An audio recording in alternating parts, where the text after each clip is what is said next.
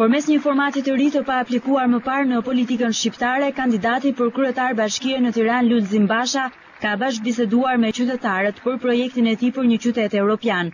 Town Hall Meeting, siç quhet në anglisht, ide e zbatuar nga presidenti Barack Obama, u aplikua dje për herë të parë në një fushatë elektorale shqiptare.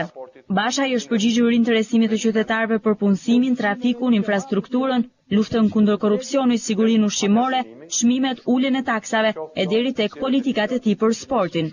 Po ndërtojmë një përqasje të re, afrimin e mendimit para çdo vendimmarrje, sado signifikative, strategjike apo parciale të jetë kjo për qytetin tonë. Për ju siguroj kontaktin e përditshëm në identifikim problematikash, në diskutim zgjedhjesh dhe në bashkëvendimmarrje me qytetarët e Tiranës, duke filluar që sonte. Edi Rama ka deklaruar se punësimi është politike e qeverisë. Punësimi është absolutisht prioritet numër 1 i qytetit, është dhe mbetet prioriteti im numër 1.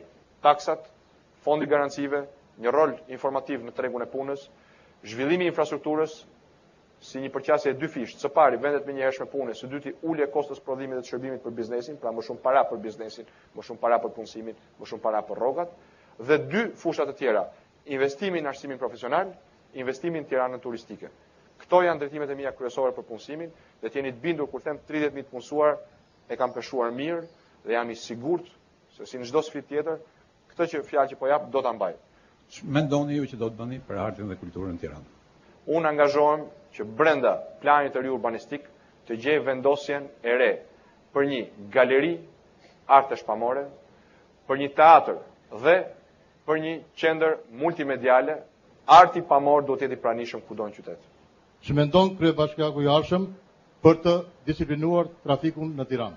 Për trafikun do të ndërhyet në 2 nivele, Unazën e Madhe dhe tramvajin. Mjafton një nënkalim tek 21 dhjetori për të prerë një pjesë të mirë të ngërçit që trafiku ka në atë zonë qytetit. Një ridimensionim i nyjes trafikut e dogana. Ndërhyrja te vendparkimet është një tjetër ndërhyrje e domosdoshme për të rregulluar problemin e trafikut të rënduar në Tiranë. Duhet të di diçka më shumë për premtimin tuaj për një linje telefonike antikorrupsion. Nuk do të ketë vetëm një shpallje në internet të gjitha shpenzimeve të bashkisë si detyrim madhor. Nuk do të ketë vetëm thjeshtim maksimal të procedurave, por të ketë një mundësi të drejt për drejt qytetarit të ankohet për një praktikë të cilën e gjykon potencialisht korruptive. Dhe denoncimet të cilat shikohen se kanë një bazë faktike do t'i përcjellen policisë për ndjekje të teshme. Duhet diçka më specifike për cilësinë e ushqimeve që ham në Tiranë. Agjencia Bashkiake e Mbrojtjes së Konsumatorit, që unë kam propozuar si një instrument për të goditur çmimet e padrejta dhe për të normalizuar çmimet, do të ketë një rol tjetër, bashkëpunimin me Agjencinë Kombëtare Ushqimore për të siguruar standardet dhe cilësinë e produkteve dhe shërbimit ushqimor në qytetin e Tiranës. Kam një pyetje në lidhje me rikonstruktimin apo hapjen e shkollave të reja. Jo më shumë se 25 fëmijë në klasë është objektivi i parë i programit për arsimin. Prandaj unë angazhohem brenda 4 viteve të ardhshme për 16 shkolla të reja nëntëvjeçare dhe 4 gjimnaze të reja në territorin e Bashkisë Tiranës. Platformën tuaj sekretar bashkie për sportin. Jam shumë i lumtur që më zhdën rasti në pozitën time të fundit si ministër i brendshëm që ato hapësira të ish klubit sportiv Dinamo, që fare mirë mund të kishin mbetur sot peng i një plani tjetër ndërtimi shumë katëshesh, janë kthyer si hapësira të gjelbërta të qendrës kombëtare sportive.